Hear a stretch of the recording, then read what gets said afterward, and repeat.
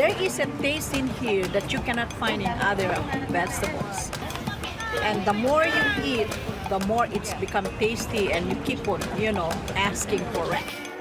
What this farmer in Hawaii is talking about is not a vegetable, it's a tree. And while Vicky Domingo says it has an unusual flavor, there's more to this tree than meets the taste buds. You keep on eating and eating and you can feel your body is more energetic, more healthy, and you can see the difference. You're not dropping, you keep on, just so active. You have to remove one by one like this. Domingo says she has grown this tree on her farm for more than 25 years. She harvests moringa twice a week all year round.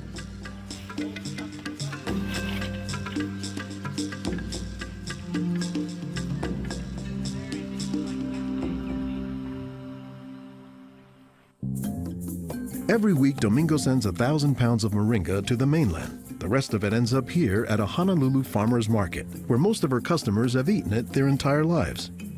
Well, in the Philippines, it's a third country. In other words, not a rich country.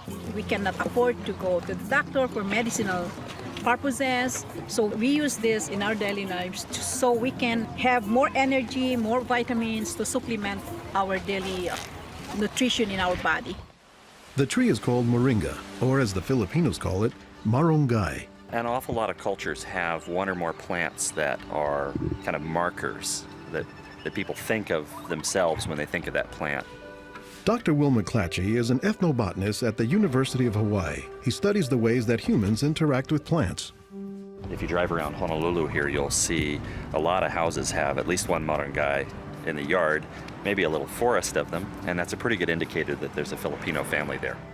Jokingly, we say it our Filipino banner, which is our Filipino flag. Once you see this, that means, oh, Filipino stays there. Domingo says there are many nutritional and medicinal uses for moringa. All parts of the tree are usable, from the roots to the stem, to the leaves, to the flowers, and to the pod. The roots, you can use that as a tea. And then the trunk, you can scrape it, squeeze it, get the juice, put in your cut skin, and your skin will heal. Some of this may be folktale, but some cultures have used moringa as a medicinal plant for thousands of years. McClatchy says moringa is worthy of its reputation as a tree with unusual nutritional properties. Thank you. Moringa is one of these trees that is a multi-purpose plant that fulfills such a high percentage of kind of basic needs that when people get used to using it, they really can't see what it's like to live without it. And many cultures don't. Today, moringa is used as a remedy and, in essence, a multivitamin in many of the world's warmest regions.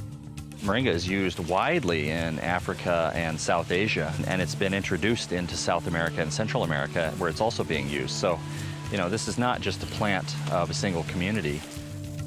We were just talking this morning with one of the owners of this plantation, and he was just telling me how the last time he was here, he had a handful of moringa leaves and that he worked all morning on it and felt great. Dr. Mark Olson is a botanist and a leading expert on moringa.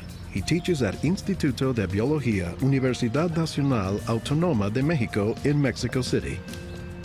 Here, he is visiting a new moringa farm about 2 hours outside the city limits. So they've just planted these here, and soon they'll be nice and big. Olson says that while moringa can grow in places like Mexico or Hawaii, the tree is native to arid subtropical regions, places like Africa and southern India, hot places where moringa has proven its persistence. And this is a plant that really does do extraordinarily well in some of the most difficult areas, in areas that are very hot, areas that are very dry, areas where other things are very difficult to cultivate. Look at the little tuber there. This is one of the reasons it survives so well in dry areas. Also, they're storing lots of water in the wood. So that's one of the reasons this is such a remarkable tree. They don't have particularly deep roots. That's sort of a myth about moringas, that they survive because they have deep roots. No, they're storing water in their roots and their trunk. But moringa, says Olson, does a lot more than just survive, despite the tree's sometimes scraggly appearance.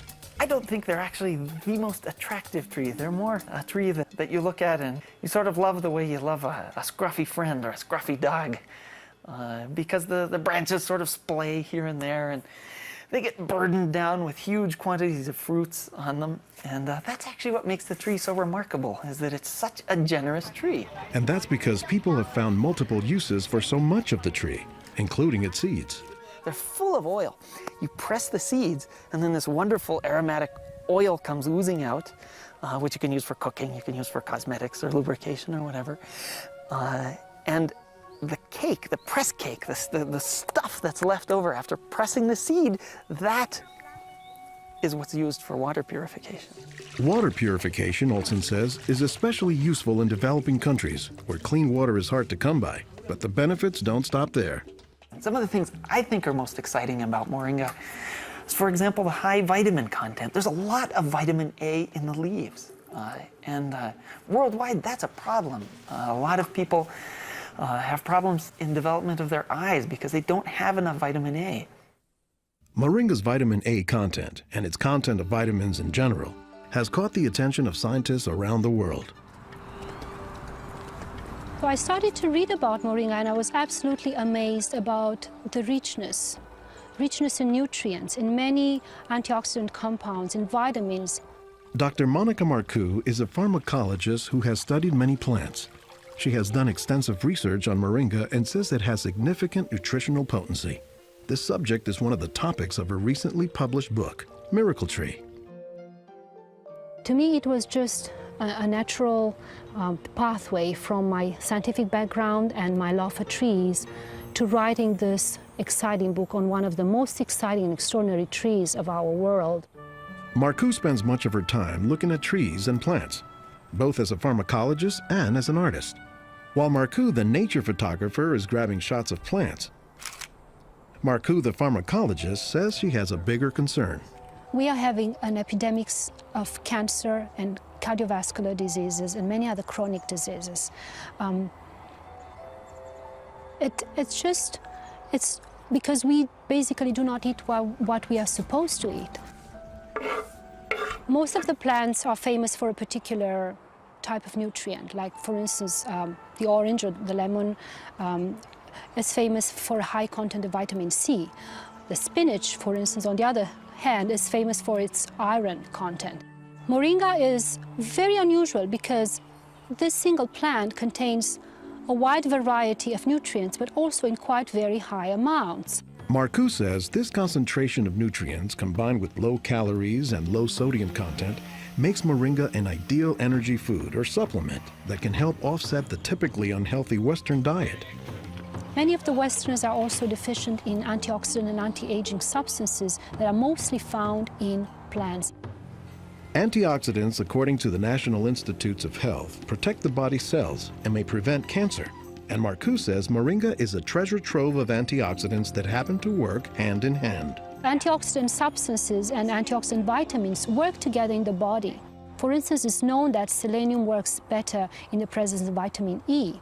Moringa has high amounts of selenium and has also vitamin E. While many plants contain antioxidants, Dr. McClatchy says that moringa is also high in the nutrients we usually associate with meat. Moringa is well known for being a good source of leafy green vegetable protein. And you don't get a lot of protein out of many vegetable foods other than like beans and things like that. So getting it out of the leaves is really a big deal. And while there are a few other plants like soy that are protein rich, Olson says moringa is special. I have a lot of food allergies. I'm allergic to wheat, I'm allergic to eggs. Soy tends to be a fairly highly allergenic food. It causes allergies easily in many people.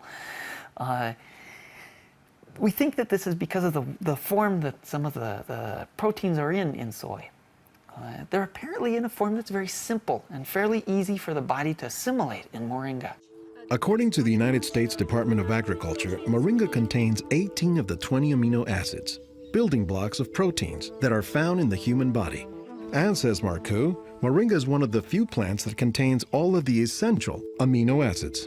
Moringa contains all the 9 essential amino acids that actually we cannot produce. Their presence, but also their ratio, is very beneficial, and it is estimated that this ratio is very good for absorption and for being bioavailable to our bodies. Further research is needed to establish the bioavailability of all of moringa's nutrients. But in some places, scientific studies may be too long a pursuit and take a back seat to a harsh reality. In most of sub-Saharan Africa, any baby has a 20% chance of dying before he reaches the age of 5. In some countries, up to 40%. And even those who survive past the age of 5, up to half or more will suffer from malnourished physical and mental development. C'est des lésions de malnutrition. These are lesions caused by malnutrition around the neck and around the waist. They are dry now, but will become permanent scars.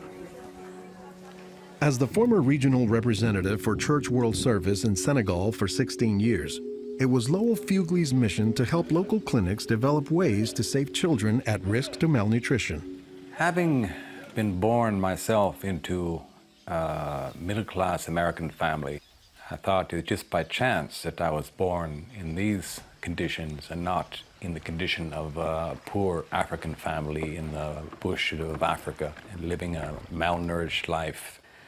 And so I have a certain obligation to share what I received. In his quest to combat malnutrition, Fugley came across moringa in the late 1990s. It contains more vitamins and minerals in various combinations than you find in any other possible vegetable. And I thought to myself, if this source of nutrition could be made available at the village level, then this could be a very effective tool in preventing malnutrition. What Fugley says he didn't know at the time was that the Senegalese people were already familiar with moringa. It was only through a Peace Corps volunteer working in forestry who told me that, oh, moringa is already growing in Senegal. Not only was it growing, the people had been using it for generations, only they didn't refer to it as moringa. They called it nebedai, which Fugley suspects comes from the English words never die, after the tree's resilience. I ask any Senegalese, do you know the nebedai tree? Oh, yes, my mother makes a sauce from the leaves of this tree. We call it mboum. Every Senegalese knew this tree. The problem, says Fugley, was that it was prepared and used in ways that diminish moringa's nutritive contents. They boil the leaves too long, they throw out the water that is boiled in and where many of the vitamins are located, and so they lose a lot of the benefits that the leaves could provide. So Fugley went to work, both planting moringa trees and, more importantly, educating healthcare workers on how moringa can help stave off malnutrition. Regarde tonton. Regarde celui-là. Regarde tonton. Tu as vu? Non, non, celui-là même. Pour le moringa, I was trained in 1998, and right away we saw the virtues of using moringa because of its very high nutritional value.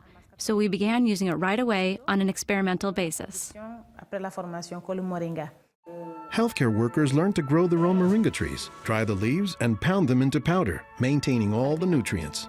Nursing mothers were taught to add a spoonful of moringa to their food morning, day, and night to increase their milk production. They were also told to add moringa to all of their family's meals. When we introduced this tree in Senegal, or uses of the tree and different ways of using it, the reactions of the people there was that, well, this is our tree. You know, you're just adding on what we know already. As people changed their habits, Fugley says the results were clear, especially among children. They'll look happier, they'll have more energy, they'll smile. When they came to the clinic, limp, eyes drooping, no energy, and within 3 weeks, you see them bigger, healthier, and smiling. La récupération avec le moringa a été beaucoup plus rapide. We observed that it was much, much more effective than the classic system we had been using, which was based on imported and costly products, such as milk powder, sugar, and vegetable oil. With moringa, people can go into town and find it themselves. Et on l'a, même des fois sans un sou. Moringa is still being used, it's still being promoted, it's still being very valued, even without our input from the outside. Moringa, it doesn't die, it can continue on its own. So you have to eat the moringa on a daily basis. And all their grandkids are eating it every now and then, even my own children, and they are already professionals, and yet they come home and eat it. And while moringa is mostly considered an ethnic food, the trend, says McClatchy, is that more nutritious plants, like moringa, are finding their way into the mainstream. Our diets are pretty bad, although they are improving. But one of the reasons they're improving is because we're starting to adopt more and more of these kinds of plants. I've been in villages where the only trees that survive and grow well are Moringa oleifera, which is really amazing when you consider how many useful things the tree provides. Moringa it comes very close to being a perfect source of nutrients in terms of variety and concentration. So that is, I think, very unique about this moringa tree.